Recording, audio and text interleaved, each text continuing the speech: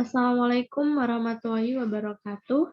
Perkenalkan, nama saya Siti Najam min Rahmatillah, NIM 18 19 10 50 10 74. Di sini saya akan membahas tentang status praktik pengelolaan zona pesisir saat ini yang ada di India.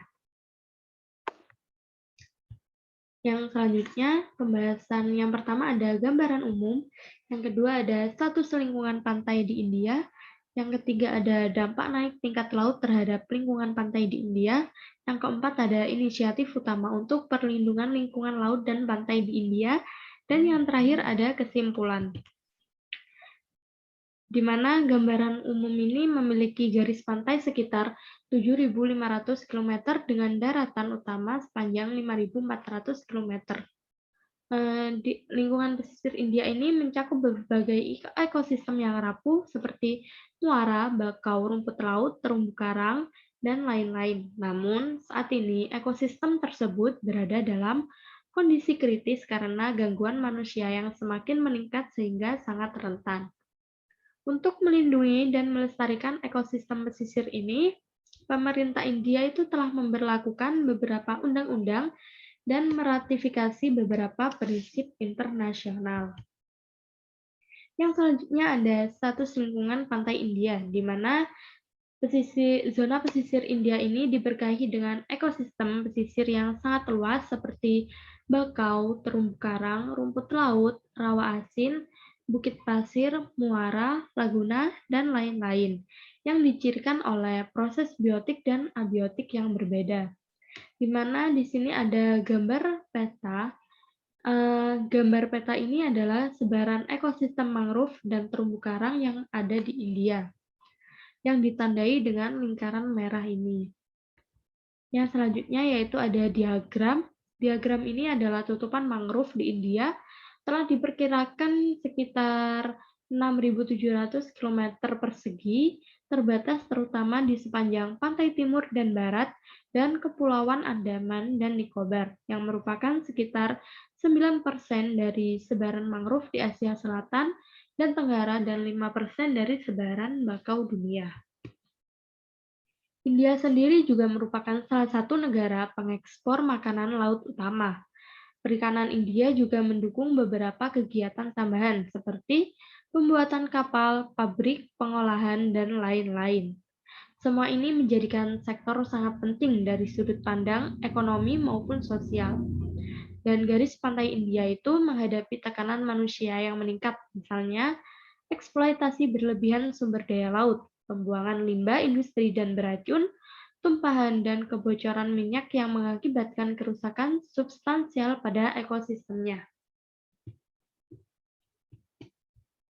Yang selanjutnya yaitu ada dampak naik tingkat laut terhadap lingkungan pantai India, di mana dampak ini disebabkan oleh pemanasan global akibat ekspansi termal dari air laut di dekat permukaan memiliki signifikansi yang besar bagi India karena zona pesisir padat penduduk dataran rendah yang sangat luas.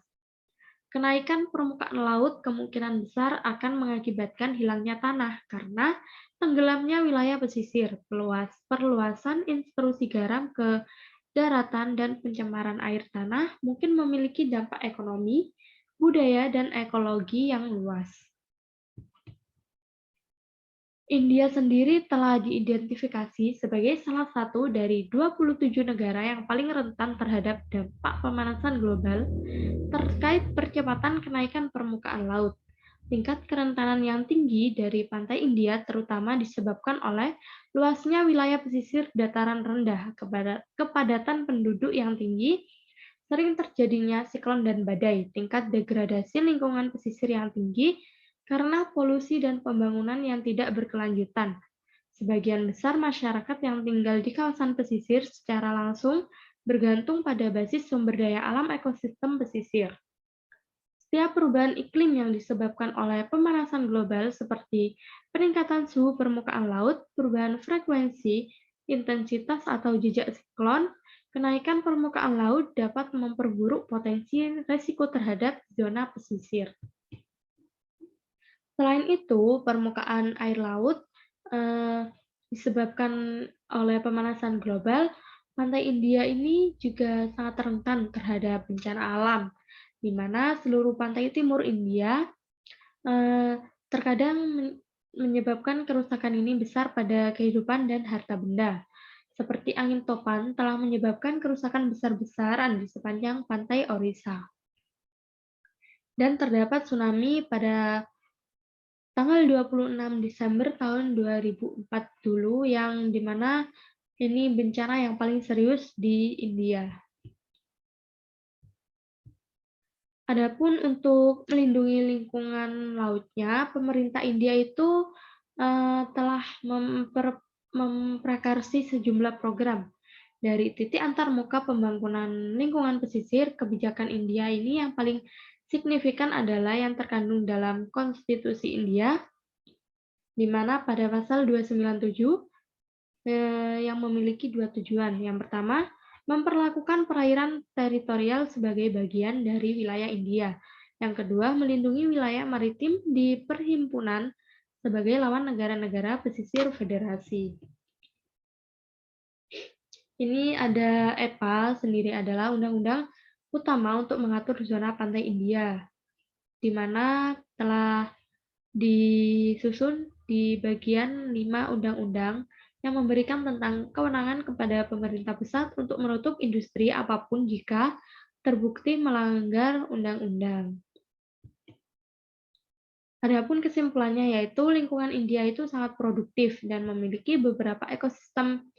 Saat ini, ekosistem pesisir India menghadapi tekanan manusia yang semakin meningkat, misalnya eksploitasi sumber daya laut yang berlebihan, pembuangan limbah industri dan beracun, tumpahan dan kebocoran minyak yang mengakibatkan kerusakan substansial pada ekosistemnya.